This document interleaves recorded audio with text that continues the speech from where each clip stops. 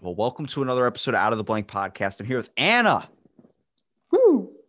Woo. Give me that Ric Flair woo. Let's start it off with a woo. Woo! Yes, I love the energy. That's the first thing you want to hear right in the morning. It's like, woo!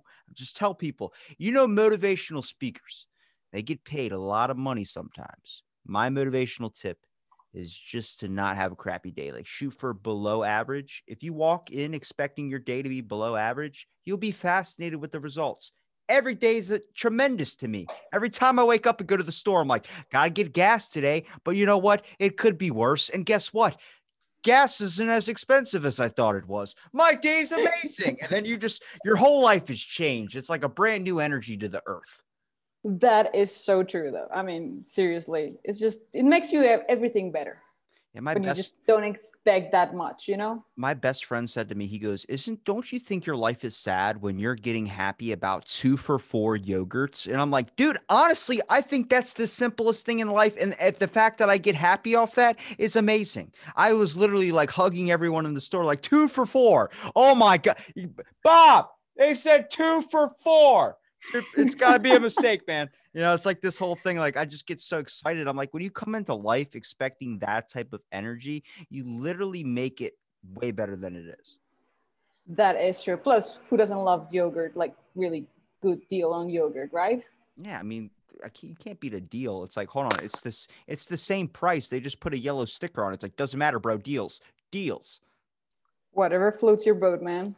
I wish I owned a boat, to be honest with you, like a little dinghy, being able to sail around the world and be able to look at I don't think I could sail that far on a dinghy. I'm not going to lie to you. Have you ever seen those videos of people on like ships and a giant wave comes and like you just see it cover the whole ship? I'm like, imagine me on a dinghy just out there. Yeah. Where do I go? Yeah, no. Yeah, I couldn't do it either. So Anna, I know we don't want to talk about dinghies, but what exactly do you do? Okay, I'm actually a wildlife biologist, and I am working with a foundation, an NGO that does raptor conservation. So we have like raptor, 3 lines. I thought dinosaurs. Hang on a second. You mean birds, right? Yeah, birds of prey. All right. So they're also called raptors, and hence that's where the velociraptor thing is coming from too. And they use that same word, but but basically birds of prey, we do conservation. We have 3 lines of like work. We do education with trained birds of prey that cannot be released for whatever reason. We do rehabilitation. So we get injured animals, we rehab them using falconry techniques, and then we just send them off again. And then we do conservation through research. So we're starting a couple of research projects with big raptors, big eagles here in Colombia. And it's fun. That's basically my job. What do you prefer the most? Do you prefer the education aspect of it, the conservation aspect of it, the rehabilitation aspect of it? Because like I'm a fan of all 3 of those. I mean, I tried to get my falconry license like way back in the day because I thought it would be cool to own a falcon. But then it was like, oh, it's like a 2-year process. And I'm like, oh, that sounds exhausting. I'm not doing that. But it's just cool because I'm like, I think a lot of people don't realize like the benefits of, first of all, even I guess diving into getting a bird as a pet. I mean, not just as the idea of like, oh, I just want a cool ass bird pet, more on the idea of like they're good for hunting purposes. A lot of the times, I mean, you've heard of rescue animals when it comes to like dogs. Well, there's rescue birds out there too that kind of need a home as well. And I think people just isolate when it comes to rescue pets as cats and dogs. I'm like, there's a whole avenue, guinea pigs, all these types of things that have like they need a home. Yes, basically in the US, anything you can own, exotic or non exotic, domesticated animals, whatever, they're rescued for them. So I actually worked in Wisconsin at the Raptor Education Group, and we had a golden eagle that was rescued from a falconer that had it that wasn't good enough, and it was neglected. So like you said, anything can be rescued basically in the US. But for falconry, well, technically they're not pets. They're actually crappy pets because they don't like to be pet or anything like that. But yeah, basically falconry is just hunting. So you train a bird of prey, you hunt. In the US, for me, is the best like falconry process I guess you can say, that you can have, because you use falconry for helping young birds survive that vital first year, you know, because the mortality rate of juvenile hawks in the US is about like 80-90%. So, you know, 1 in 10 birds survives that first year.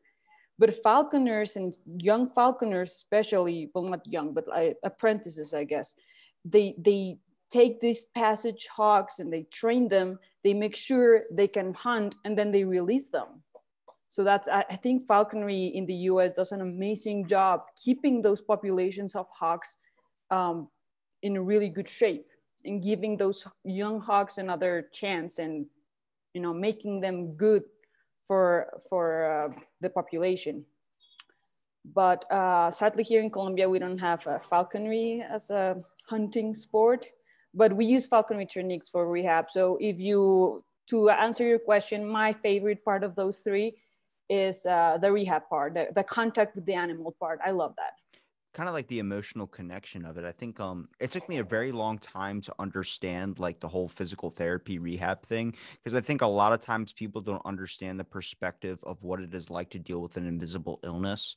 Like we look at things like, oh, that person doesn't have an arm. That's stuff we can sympathize with, like, oh, you know what it'd be like to be missing a limb. But imagine you have a disease like myofibromialgia or something where you can't see it, but it does horrific effects, and that person feels like shit a lot of the time. It's like when you see a bird with a hurt wing, a lot of the times people are just like, well, just put it down. It's like, well, what about trying to fix it and give it a happy life again? Like knowing it's not going to be exactly the same, I think, is the biggest fear.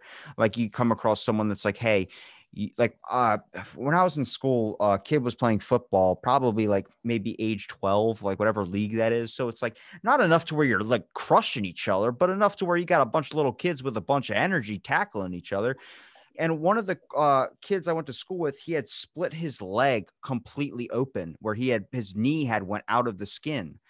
And we just all sat there looking at him like he is never going to be able to walk the same ever again. And it went through massive physical therapy, massive surgery, and he still limps to this day. And it's been about like 10 years. You look at that, like we don't put the kid down. Why are we doing that to birds? When it comes to animals that need rehabilitation, we look at it like they're never going to be the same again. So it's just easier to put them down. They can still have a happy life. It's going to take a while to get there. And I think the amount of effort just trying to put it down is lazy. I look at that like you got to put in the time and effort. Some things want to have a fighting chance. Some, like, you know, we go to the ends of the earth for our dogs. How much did you spend on your dog's 4 knee surgeries? I don't feel like divulging that information because you're going to look at me funny. It's like, why didn't you just put it down? Because it's a member of the fucking family. You know what I mean? It's this whole sense of empathy that you need to kind of have no matter what the animal looks like. And I think people look at birds like, they can't, it's hard for them to sympathize because they got this weird freaking hatchet like nose and shit where it's like staring at you, they just look like death. But it's like there's a sense of empathy and a beautiful graceness to it. Whenever we talk about flight, whenever we talk about something of like looking at a mountaintop and peeking over and seeing birds flying to the sky because they're have this potential of touching the light, basically where the sun rises and the sunset, is something that when we get our phones out on an airplane and take pictures out the window, these birds are experiencing on a daily freaking basis. Yes, and I agree with you. Especially with birds of prey, they need physical and mental rehabilitation. Sometimes birds get habituated to humans, and it's hard to, you know, for them to like keep us apart. So they will look like they will seek us, they will look for us, and that's when they get in trouble. They get shot, they get hurt, and that's also part of the whole process. And yes, I mean, there are sometimes that people are fast to put down animals, and I understand sometimes why. Sometimes there's just not enough money, there's just not enough time to put into especially species that are common. And you're like, I mean, you get a red-tailed hawk that has this really massive wing injury, and you're like, I mean, the animal's going to be there, it's going to have to be captive, and then you have to, you know, take into account a lot of things before you put down an animal, or you try to treat it and make sure that the animal is going to have a good life, because you also have to measure in life quality Otherwise, you're just not going to do anything. There's no point in keeping an animal alive if the animal's going to suffer, or is going to have to, change owners because no one can keep up with it. But I do agree that you need to put a lot of thought and effort in rehabilitating animals, because sometimes you do get that couple animals that have these nasty injuries, but they're couple months into it, they're great, they're in great shape, and they're fit and they're ready to go. And you're like, I would have never thought that animal would have rehabbed and would have recovered that well, but they sometimes do. And I think we do owe them, we do have a debt with them, and we owe them the chance, that second chance, especially when the animal gets injured because of our fault, because it got hit by a car, it got shot or whatever. When it's a man-made thing, I totally agree that we do need to take a chance on them. It's kind of where the conversation natural. Yeah, when it's something more natural, I think, sometimes nature, sometimes no, every single time nature knows what it's doing. And when you find like chicks down in the ground because the mother keeps throwing them, it's because there's something wrong with the chick, basically. Yeah. So I understand that. But yeah, when it's a man-made thing, I totally agree. We do need we owe them that, and we need to give them that second chance. I think when you said educating, conservation, and rehabilitation, I think all three of those go hand in hand, because the more you educate people on what birds are, give them an understanding. I think that's the issue, is the disconnect. When people don't understand the life of something or the perspective of something, you don't really give a shit about what is affecting that thing. Like, we don't understand what it's like to deal with earthworms, or what it's like to be a worm or something like that. So we look at that like nothing. Like, even kids cut those things in half and watch them squirm. Like, with birds, we don't really understand them besides this beautiful thing that makes our photos on Instagram look better. Nobody really sees in the perspective of what it's got to be like to be dealing with climates, what it's got like to build a nest, what it's like to not leave your young 24/7, what it's like to be able to scourge for food and make sure you're coming back to the same nest that you left in the first place. And people don't keep that in mind, because we're constantly tearing down things to build like a next Verizon Wireless or some other thing that we don't need. And it's like, conservation, I bet the number you've seen when it comes to falcons or any type of bird of prey has probably increased in the rehabilitation of them, on the factor of how conservation is becoming less and less every single day. I mean, as much as we're trying to fight, some people are, for conserving our land, there's just too much going on where too much land expansion is being taken away. I mean, I used to work jet skis. So the one bird I came across every single day was an osprey. And that's because its nest was right in our riding area. So every time I fly over, this bird friggin' look at you like it's about to attack you if you got close to its babies. And it was so fascinating to me, where I was like, this thing is protecting against me on a jet ski, a 450 horsepower machine that looks like a monster in their eyes, but is willing to put its life on the line to protect its young. Like, it's not that different from what humans would do. It's this whole concept of, if you understand how closely they can actually relate to us, is a way of connecting us to that, what that is. Yes. And they go hand in hand, the three of them, because most of the times people don't even know. They find an injured bird, they don't even know where to go.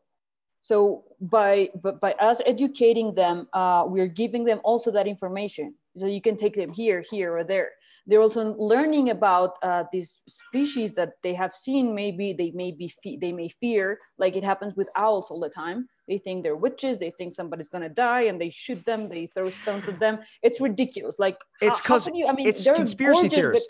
They're conspiracy theorists. Yes. That's the issue. I mean, they think birds are not real because they're part of a simulation, because everything in folklore has thought that birds mean the sign of death. Birds are always the sign of something bad's going to happen. I'm like, no, that's crows. It's just crows. Yes. Well, here there's all these kinds of stories and myths and stuff like that, and there's like, that's a witch. So you see a barn owl, and it's a witch, and they're like, no, it's not a witch. Just leave it alone. Actually, you have rat problems.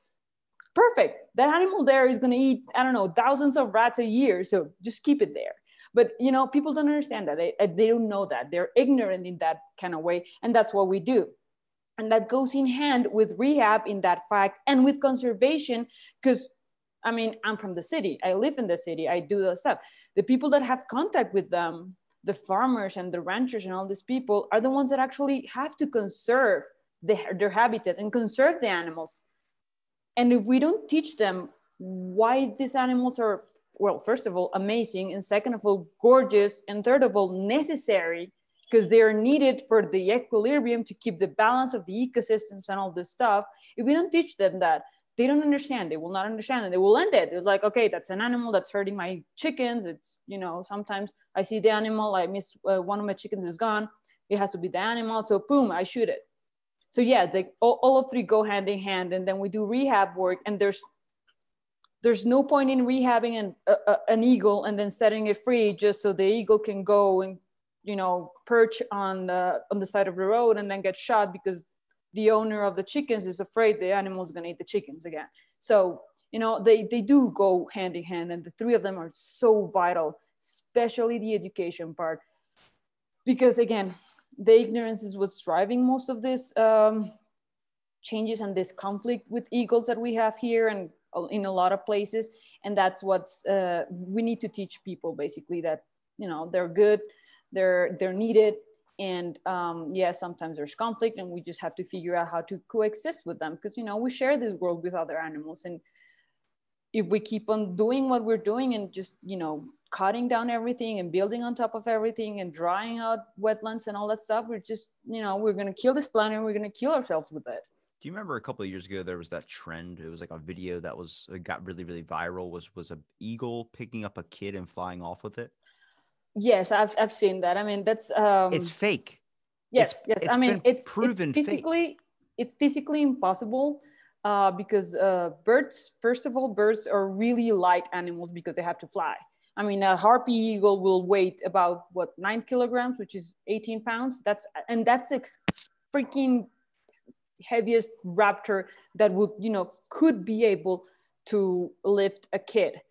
That being said, they can lift about 40% of their weight. So if we're talking about an 18-pound eagle, it can lift about 6-pound baby-ish. And so that has to be a baby. That cannot be a toddler. A toddler weighs way more over than, you know, well, 15 pounds. That video sparked a trend of people that were like protesting against birds and wanting to kill these things because they thought this was like a common thing that was happening. And the kid even had to come out with a video and say, no, he just made it for a school project.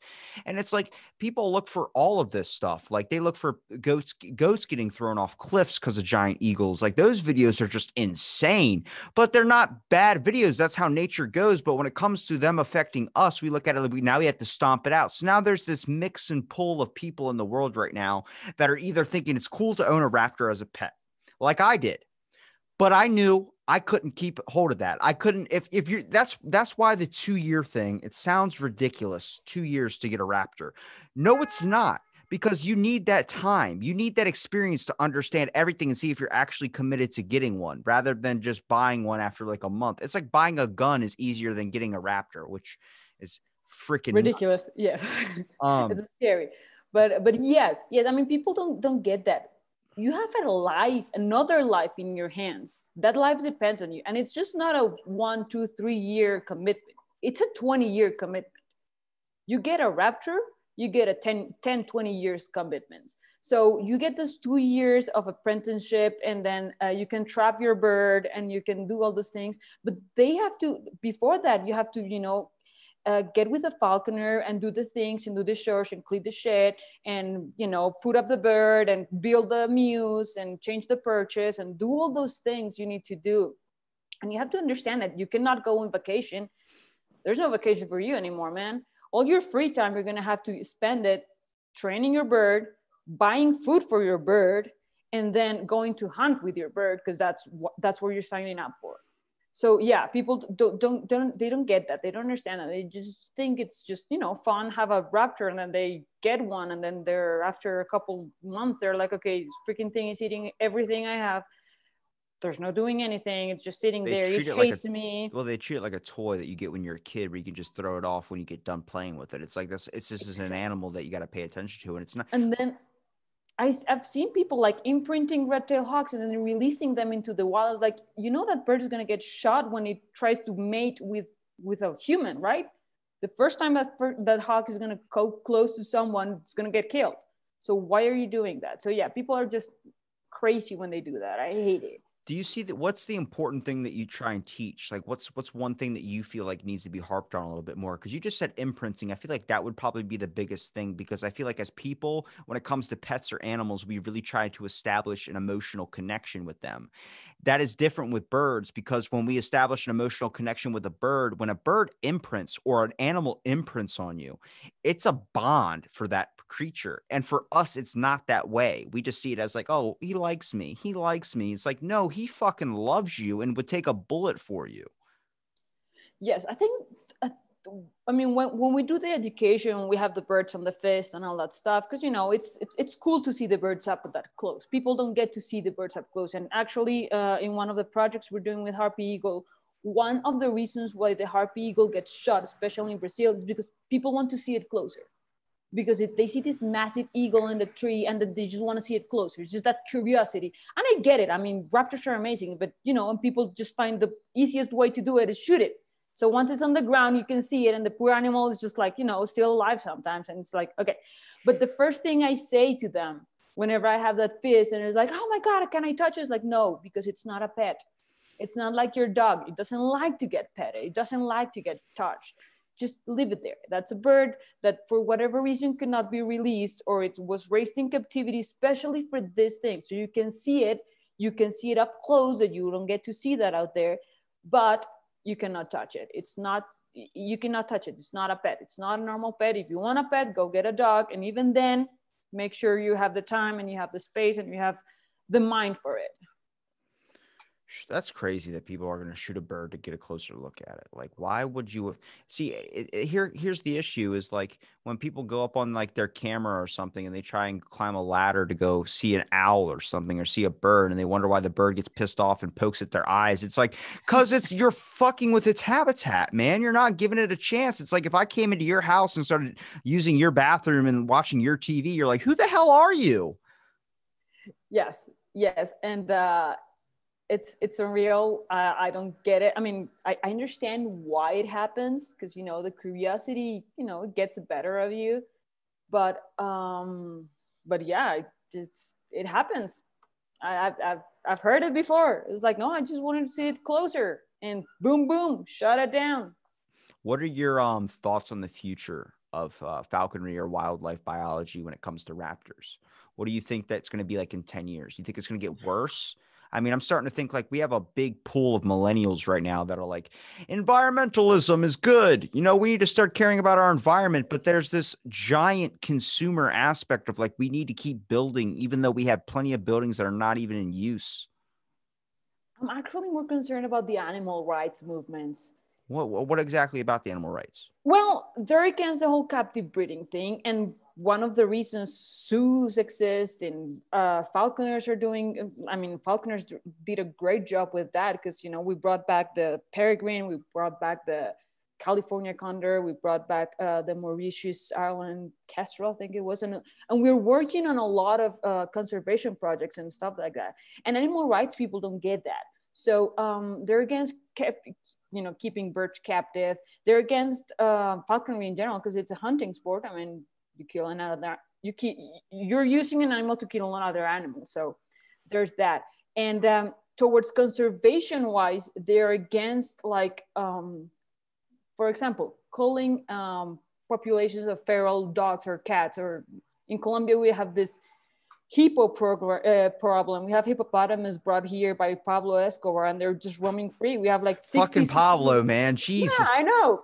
They have like these 60, 70 freaking hippopotamus down in a river, and we have to cull them. Otherwise, you know, they're messing up with ecosystems. They're messing up with endangered species like manatees and river dolphins and all this stuff. And the animal rights activists are like, oh no, we cannot kill them.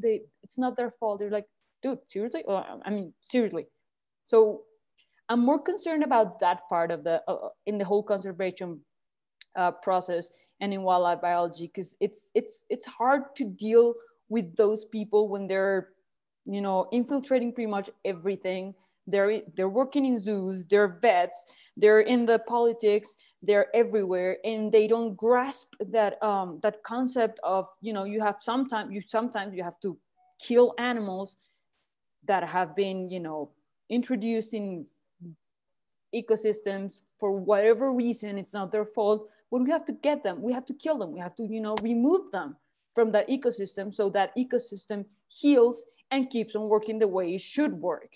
They don't get that. And that to me is the scariest part of the future. The ecosystems are so fragile. Like I don't know how many accounts we have of introducing an indigenous species to a certain ecosystem to help it regrow or, you know, thrive more. And then we have an overpopulation issue where we have to introduce another species that hunts that species. The next thing you know, that's why there's a large amount of wolves in like this southern part of, like, I forgot where exactly in the States is it, but they have a massive overbreeding population issue of wolves because of the fact they introduced that wolf to kill these deer that they originally introduced, that the deer became too much to the point where it was crashing into people's cars and car accidents.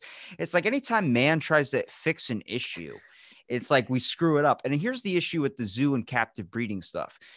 A lot of those animals were born in captive breeding. So if you say, well, release them, they're not going to know what the fuck to do. And they're going to end up being killed because those animals, it's like when I found out dolphins, there are different types of dolphins, not like bottlenose or straight fin or all this type of stuff. They have different accents based on where they're located in the water. That is fucking fascinating. Same species of dolphin, but just different clicks. And then they have different accents, like they can form a different language. Once you start understanding that, you look at every animal like you are something I don't even comprehend in my perception of what is a duck. I remember at one point, like what I think a lot of the rehabilitation stuff you were talking about, when it says like a lot of the stuff you focus on is like people that buy a bird, then can't handle it, then just give it up or something, or try and release it into the wild. At one point I went to this store, they had ducks and chickens for sale, 25 cents a head. And I'm like, dude, let's get a bunch of ducks and chickens. How awesome would that be? But then my buddy's like, well, let's do some research before we go and buy a bunch, just so we're not fucking it up. You know, maybe you can actually get a life on a farm. And I was like, okay.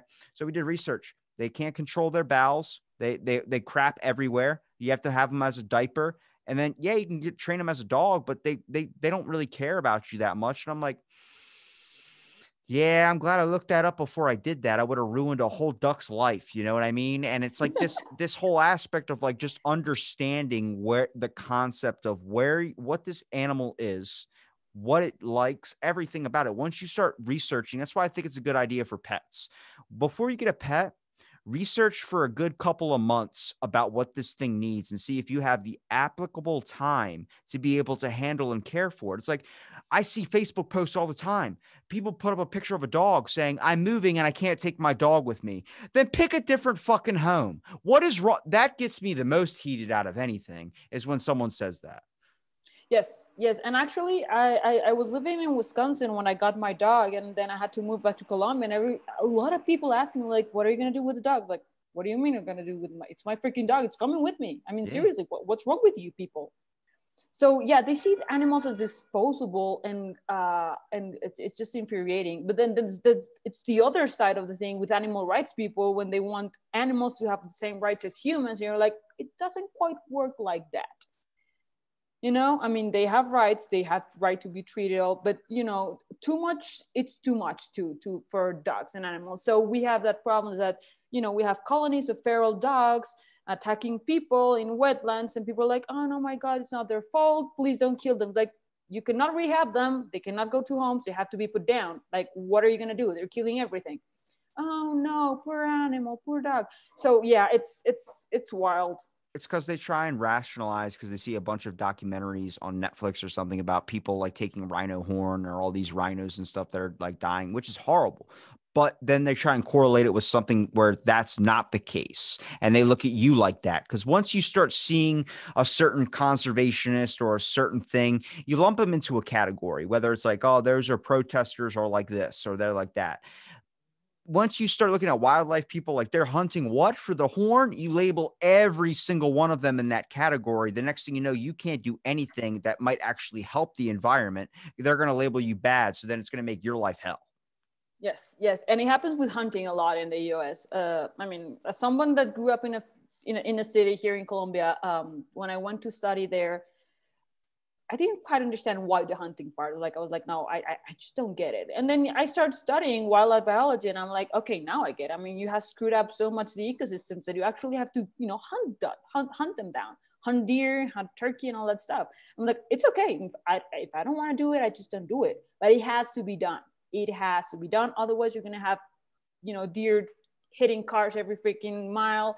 You're gonna have a lot of, and that's the other thing.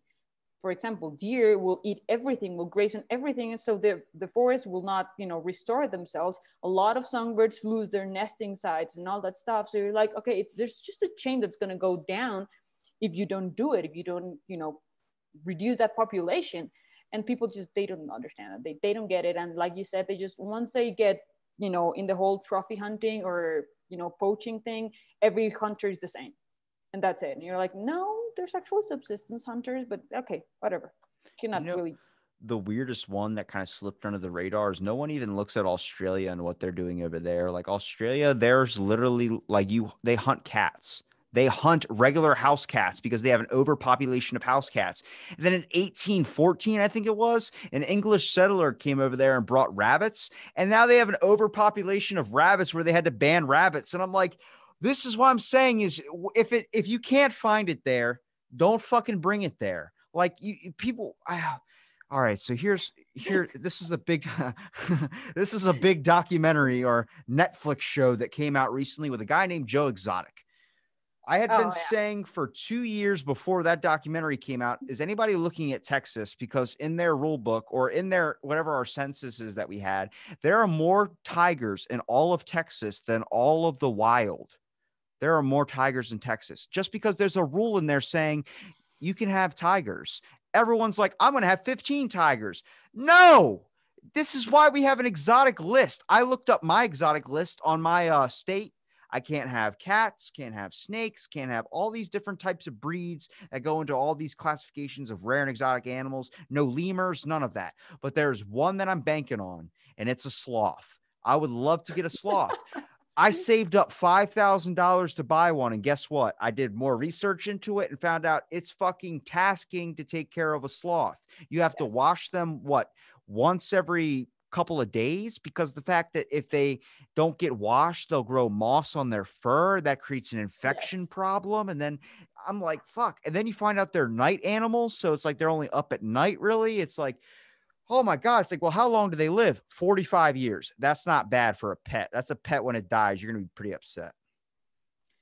Yes. And, you know, in 45 years, you're going to be like, holy crap, are you going to die now?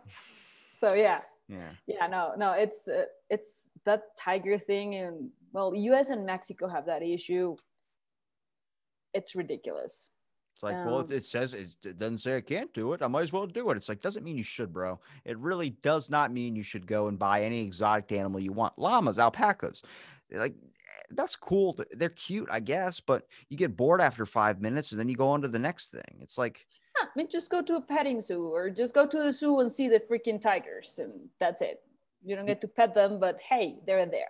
The world's pretty kind of crazy when you look at how hard it is to find empathy with people, but how hard and how lost are we if we can't find empathy with an animal? Yes, that's awful. Especially when you want that animal for yourself and not, you know, understand the needs of that animal before the needs, your needs, I guess. Well, Jimmy wants a tree house and there's an owl in that tree, so I guess that owl's got to come down. It's like, really, man? Really? I can't just find a different tree? Yes, it's unreal. I mean, we're getting selfish like that, and it's just not right. Do you think that is there any ways, I would say, for people that are listening to be able to help with the animal conservation plans? Like, what would you suggest to people, like when you educate them on birds? What are you suggesting, like, as a way that we can help maybe slow the process of, you know, this deterioration of our environment when it comes to animal conservation? The first thing I tell them is if there's something you want to know, just, you know, ask or learn about it. Just research, do your research. I mean, we have the internet and we thought that, you know, our problem was not getting access to the information. And no, our problem is we don't want to see that information. The information is out there. Just look for it and look for people. Like, if you want information about raptors, I can give it to you. If not, I can point you to someone that can give it to you. So the first thing I tell them is like, get informed. Get informed, know about, the place you live. Because if you want to start something in your place, the place. And second, look for good, solid NGOs and donate. A lot of problem with conservation is that we don't have money to actually do the conservation part. So a lot of people, like with raptor conservation, with one of the species we're doing, the eagle hunts a lot of chicken. It likes to eat a lot of chicken. I'm not gonna lie. Especially when they're juvenile. I mean, I guess it's easier to, eat a chicken that chase a freaking bird through the forest. So, and the farmers, I mean, they have 10, 20 chickens, but that's the life, that's what they're living off, They live off those eggs, they live off that meat. So when an eagle comes in and takes a chicken, it hurts them. It's seen as like a personal attack. Yeah, exactly. And economically it hurts them. Because they're depending on that chicken to lay more eggs so they can go sell them or they can go eat them. So they need money. What do they need? They need money to build a nice chicken coop so the chickens are not outside, because that's the other thing. They don't have money to get food for the chickens, so the chickens have to go graze, and eagle comes in, swips, all that stuff. But so yeah, we need money as NGOs. We need money so we can go tell that farmers like, hey, let's do this. We have money. Let's build this chicken coop so you don't have to put your chickens out. So your chickens are always inside and are always protected. You can get your chickens. Our eagle doesn't get in. Both live and we're all happy. So yeah, donate to NGOs that are doing, and investigate though, because there's still scams out there. But go get involved with an NGO, maybe. Sometimes volunteer, doesn't take that much. Volunteer with rehab centers. That's when you get a lot of information and like what's going on actually with all this stuff. That's where you learn a lot.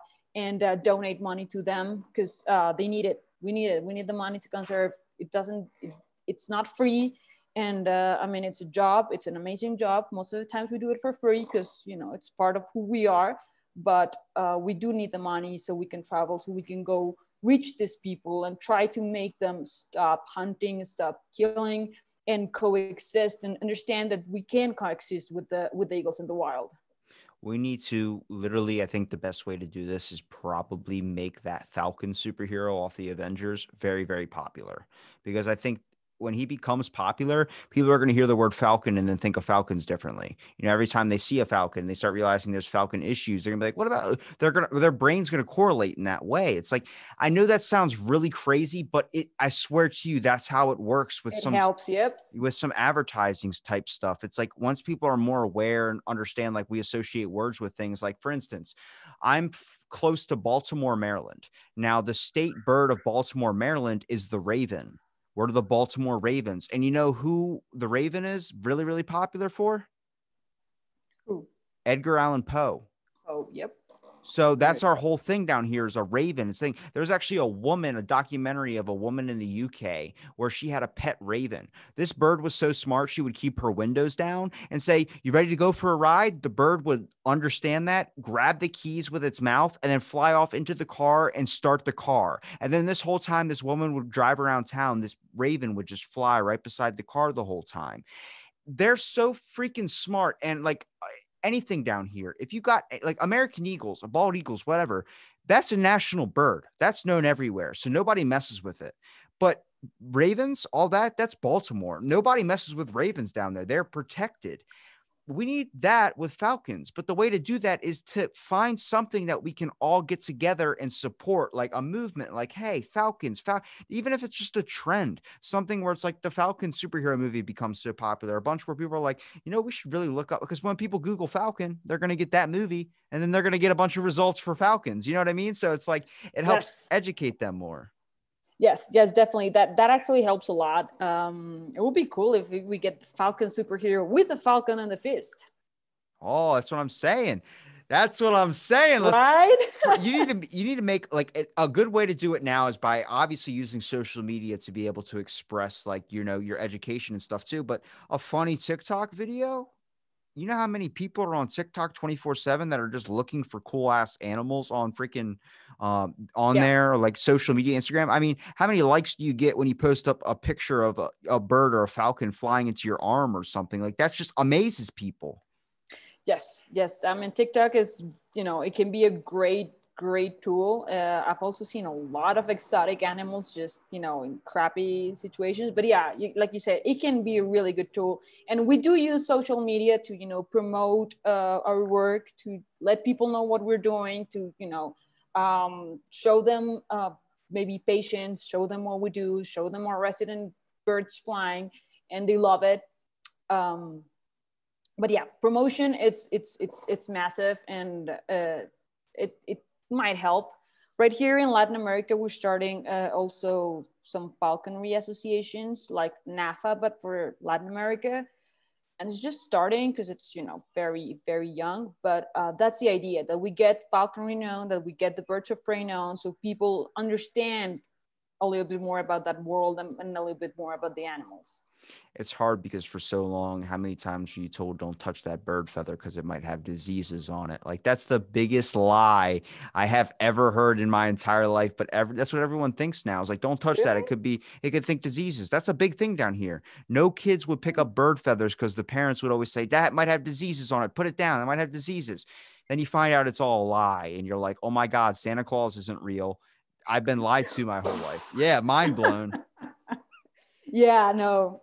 No, but yes, no. I mean, the biggest lie I've seen is the one that don't touch that bird because the mom will not get it back, will not come back. It's like, no, they actually, birds can't really smell. They I mean, the really only ones that love can their smell babies. is turkey, vultures, but yeah, and they love the baby. So just put it up so where the cat doesn't get it. But yeah, the parents will come back and feed it. No worries. It's like there's a whole option. You know, you should start a movement with the bird watching community. That's Oh become yes. very popular with the pandemic and everything.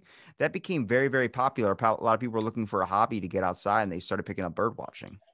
Yes, it's actually very popular in the US. A lot of tourism is doing it down here in Colombia, is done with bird watching because we're the country that has the most amount of bird species. We have over 1900 bird species here, you can see.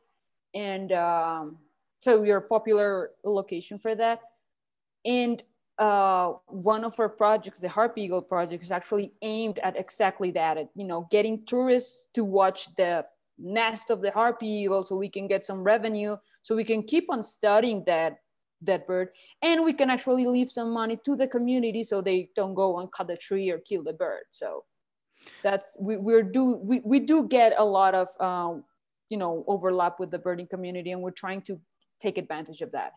What's one thing you've learned through doing this job where you feel like to you it really resonates? Maybe not to somebody else, but for you, it's like this is like why I wake up every day getting into it. For me, I'm gonna go, it's a lifestyle. It's just a lifestyle. Like I didn't get into the whole raptor thing until about 5-6 years ago. And that before that, I was just, yeah, cool things, biology school and stuff, but then it just clicked. It's like just clicked.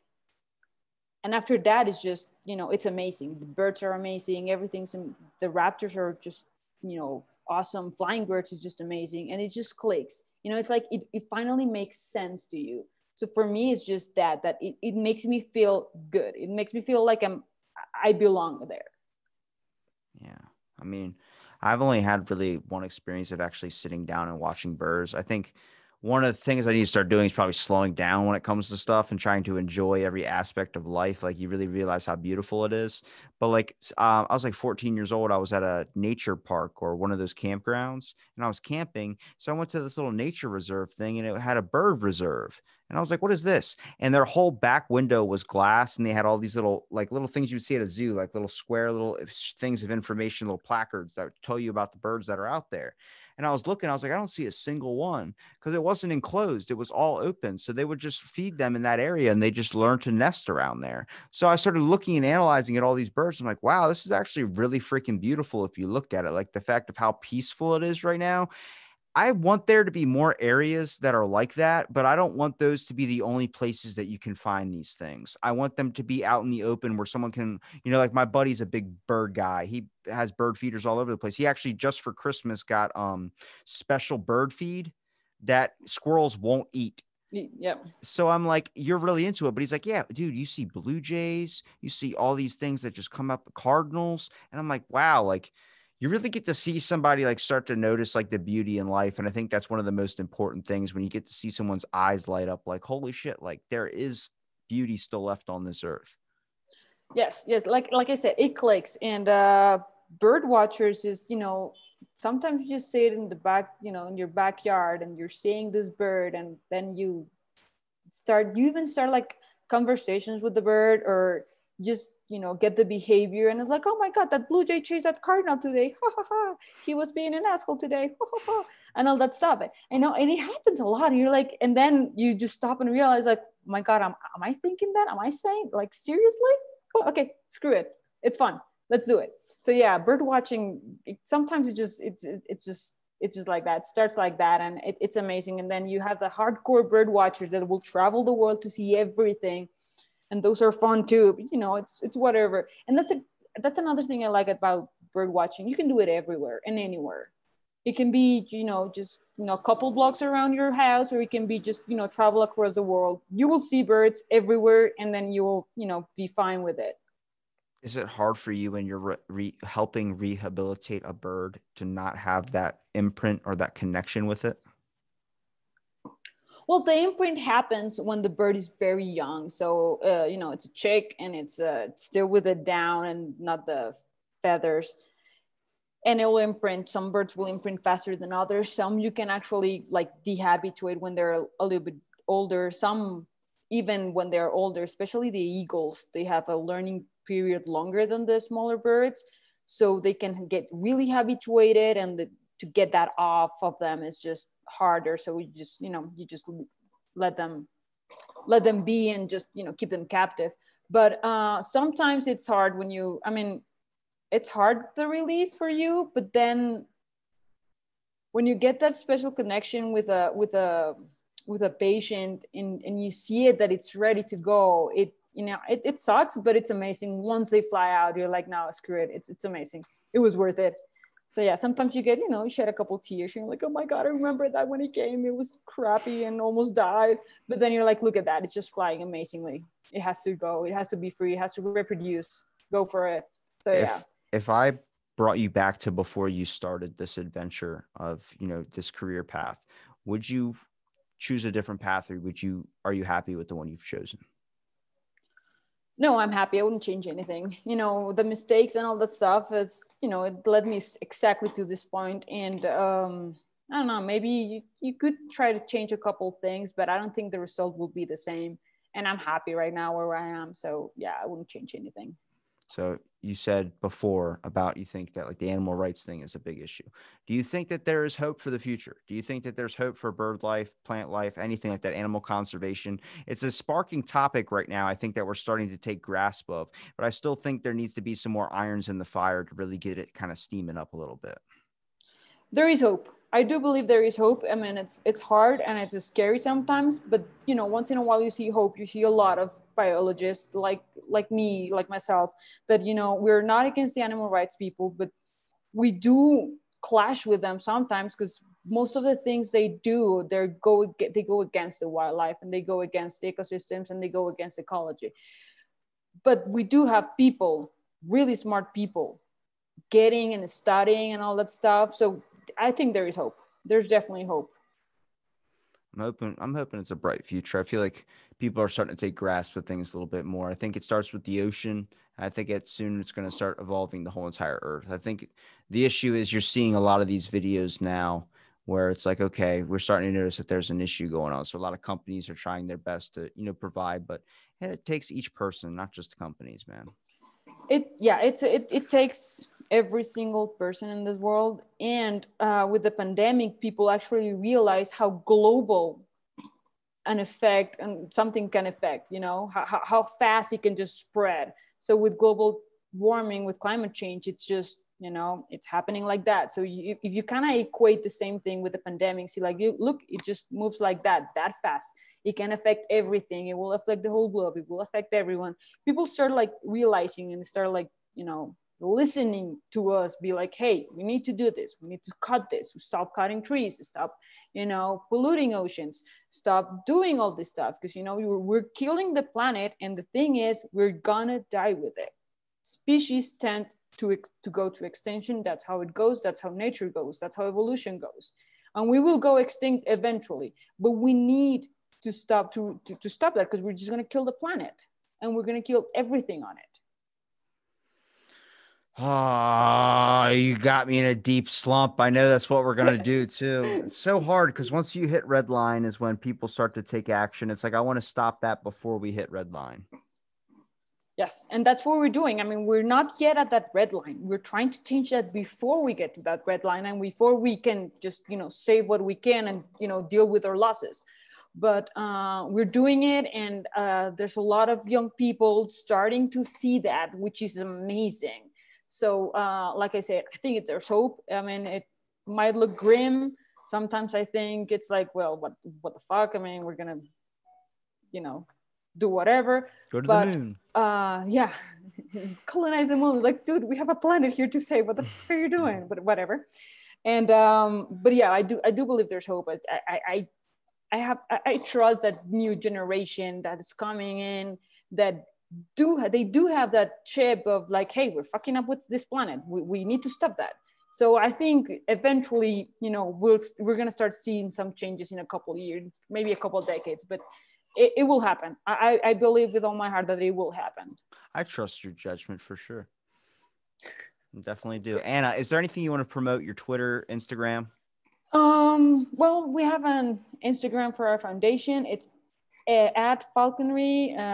What is it? _Crarcy. I can give it to you. I'll make sure I'll put it in the description. Yeah. There you go. And then my personal Twitter, if you know, want to follow my stupid things I do sometimes. And Journey of excellence, you mean? Yes. Oh, that too. I mean, you know, I don't tweet about that though.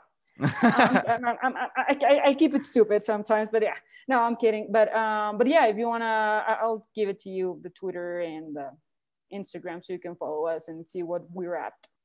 I'll make sure I link it in the description. And thank you for listening to this episode Out of the Blank podcast.